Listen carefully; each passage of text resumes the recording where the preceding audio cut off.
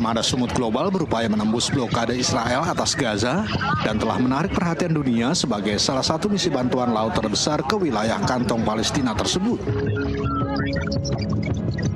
Namun, gambar yang dirilis oleh Global Semut Flotilla menunjukkan pasukan Israel menaiki kapal bagian dari armada, yakni Florida dan Kapten Nikos. Armada global tersebut mengatakan puluhan kapalnya masih melanjutkan pelayaran menuju wilayah Palestina yang dilanda perang, meskipun ada intersepsi dari Angkatan Laut Israel.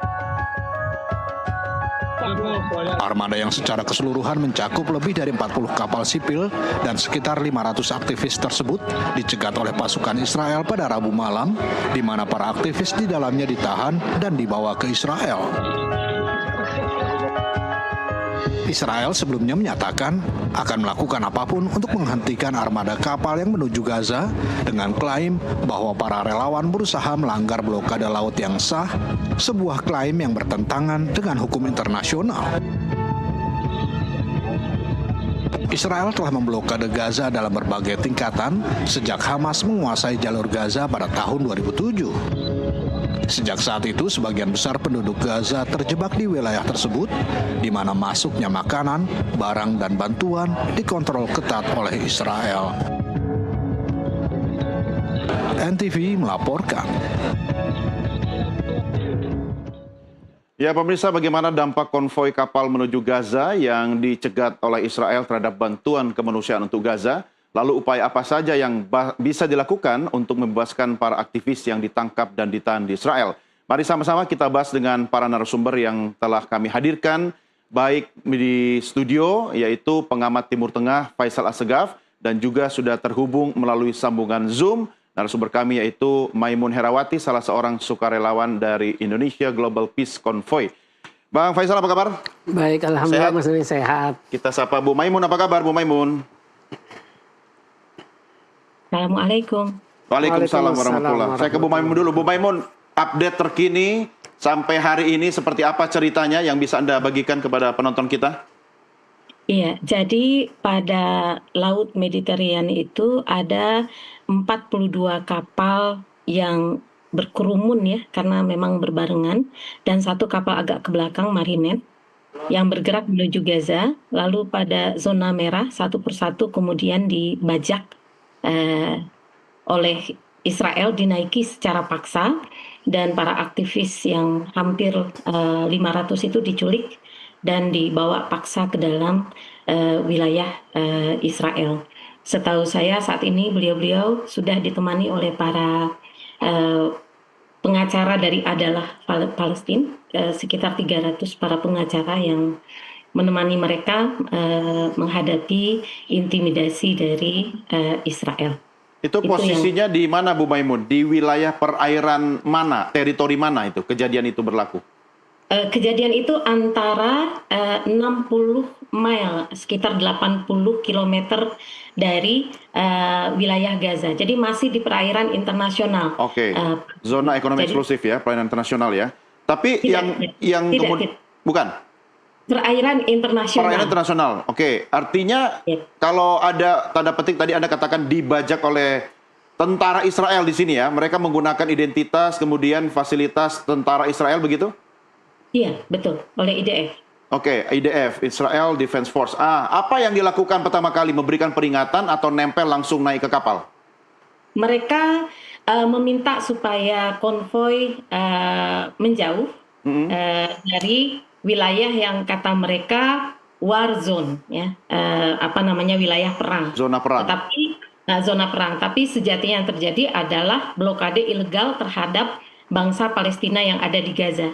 Yeah. Karena wilayah tersebut adalah milik sah dari pemerintahan Palestina yang ada di Gaza sampai 24 mile, dan selanjutnya adalah zona ekonomi eksklusif yang kemudian orang-orang internasional dibolehkan untuk mendatanginya jika kemudian ada komunikasi dan seterusnya. Yang kita tahu ICJ, International Court of Justice, pada bulan Juli 2024 itu sudah mengeluarkan keputusannya bahwasanya apa yang dilakukan oleh Israel di tepi barat dan di Gaza memblokade itu adalah pelanggaran terhadap hukum internasional.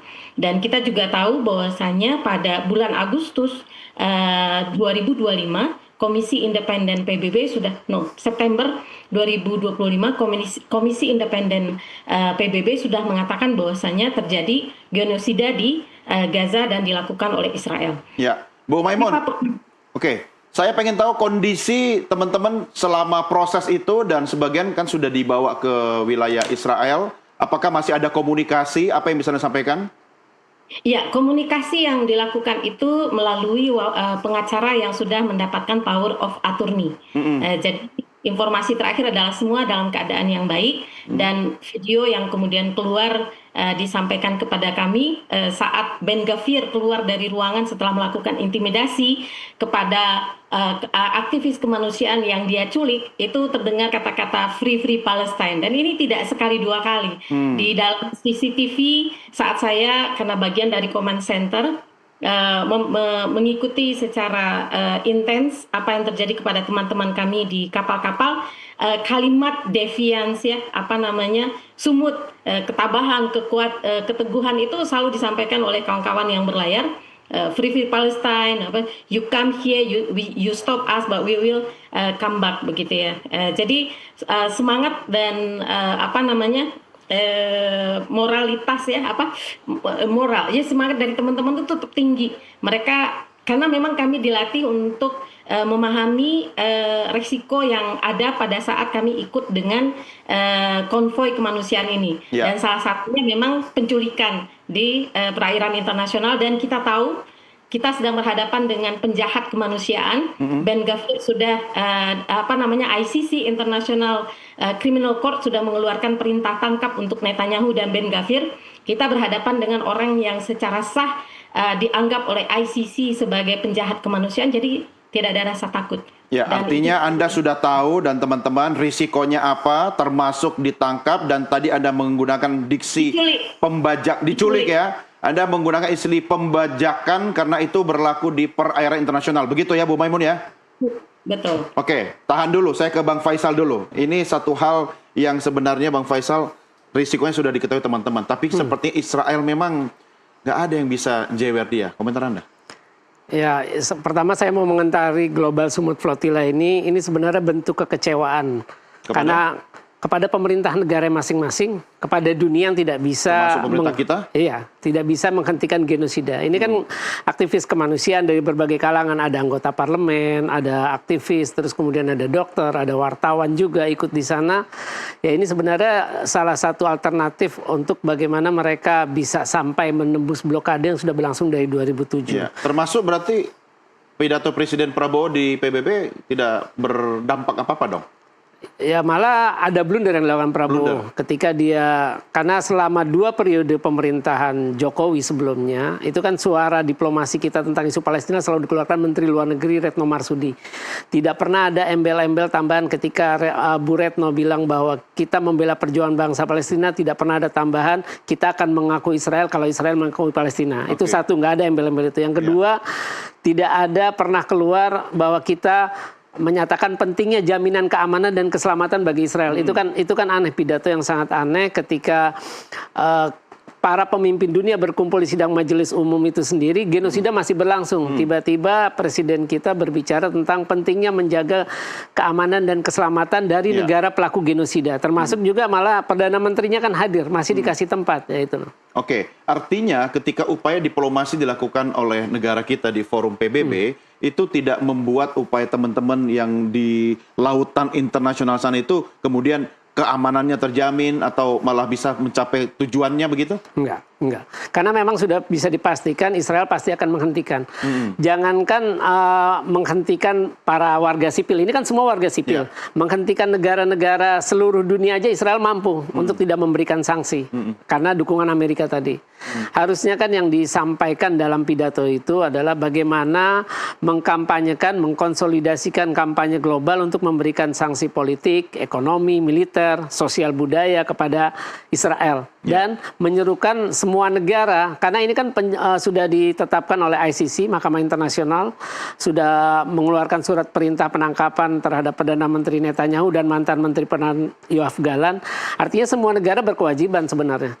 Tanpa melihat apakah mereka menandatangani ICC, karena ini kan penjahat kemanusiaan, penjahat perang, udah jelas-jelas melanggar hukum internasional, melanggar prinsip PBB. Penjahat dari segala penjahat begitu ya? Iya. Cuma Bang Faisal, saya mau tahu dari konteks geopolitik apa yang dilakukan teman-teman ini, ya IGPI ini, mampukah kemudian membuka mata dunia? Setidaknya kalau memang belum ada upaya yang bisa menekan Israel, tetapi kan ini adalah salah satu upaya nyata, sipil lagi gitu kan? Iya, ya saya kira ini salah satu upaya untuk kita tahu sebelum terjadinya serangan 7 Oktober terus perang sampai sekarang 2 tahun kan nggak ada yang berbicara tentang Palestina. Palestina nggak jadi perhatian, tidak ada di Eropa, di kota-kota besar Eropa itu nggak pernah ada demo ribuan orang, termasuk di Indonesia sekalipun.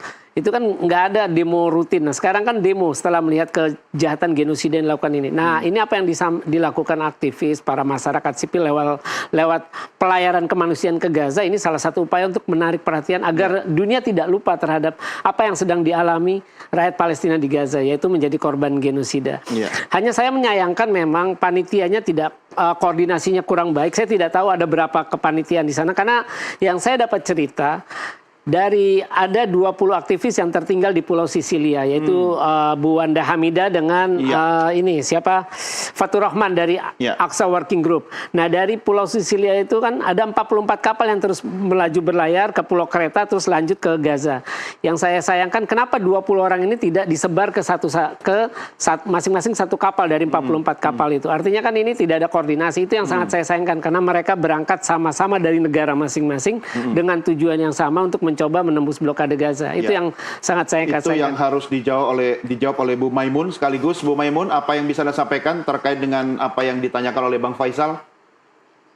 Bahwasanya ada teman kami yang tertinggal di Italia, begitu maksudnya Pak Faisal. Iya. Terkait koordinasi juga berarti ya Bu ya?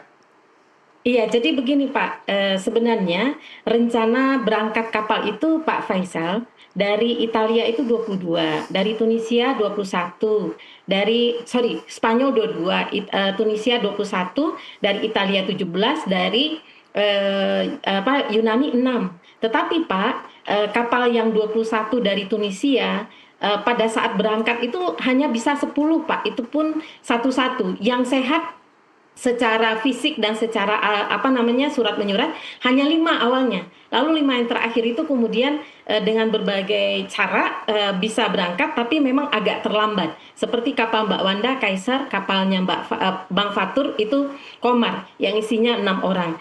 Dan seperti ini maksudnya soal kapasitas kapal begitu Bu? Jadi kalau kapalnya Mbak Wanda itu seingat saya itu 12, kapalnya Bang Fatur itu 6 orang. Nah ini kapal-kapal kecil yang memang awalnya itu dianggap kurang layak berjalan karena kondisinya yang memang tidak bagus begitu. Dan ternyata memang di hari pertama kapal Mbak Wanda Kaisar ini bergerak itu sudah ada masalah. Mulai dari solarnya yang kemudian terjatuh ke laut, lalu kemudian kapten yang menolak melanjutkan perjalanan besar kemungkinan karena intimidasi. Lalu ketika solar berhasil didapatkan dan kapten baru bisa didapatkan, beliau berangkat ke Italia. Sampai di Italia yang terjadi lagi adalah saat setelah logistik kembali ditambah. Ketika beliau berangkat itu terdapat lubang-lubang yang kemudian membuat kapal itu terendam air sehingga harus kembali ke Porto Palau. Dan pada saat itu kenapa bisa lubang-lubang itu ditembakin atau ada sabotase atau gimana? Nah ini ada yang menarik, ada satu video dari teman yang dari pelabuhan Italia, ada kapten yang menyelam ke bawah, saya ada videonya. Buat apa? Dan itu adalah karena kapten melihat ada orang kelihatan di bawah kapal. Jadi kalau kami meyakini ya memang akan sampai ke pelabuhan-pelabuhan tertentu, apakah itu memang dari mereka atau kemudian suruhan begitu ya, yang kemudian ya itu lubang-lubang misterius yang tiba-tiba ada begitu. Ini cuma salah satu dari dari sabotase yang terjadi saja. Ketika KAI Cancer ini tidak bisa berangkat, maka kemudian diusahakan supaya Mbak Wanda bisa naik Asia X1. Itu sudah diurus oleh tim dari Indonesia. Nah, akan tetapi di tengah perjalanan 2 kapal ini juga kemudian rusak dan harus kembali ke Parto Palu. Sedangkan Pak, punten saya harus menyelesaikan ini. Sedangkan kapal observer itu harus segera menemani kontingen yang 42 kapal supaya jika terjadi macam-macam tim observer ini bisa merekam dan seterusnya. Bu Maimun, maaf Bu Maimun, saya akan berikan kesempatan Anda untuk menjelaskan secara komprehensif nanti, karena sekarang saatnya sudah waktu maghrib untuk Jakarta. Nanti akan saya tanya lagi. Kan terakhir kita bicara soal kebocoran ya. Kalau di sana mending yang bocor kapal, di sini anggaran bocor Bu. Kita kembali sesaat lagi. Pemirsa, kami segera kembali setelah yang berikut ini.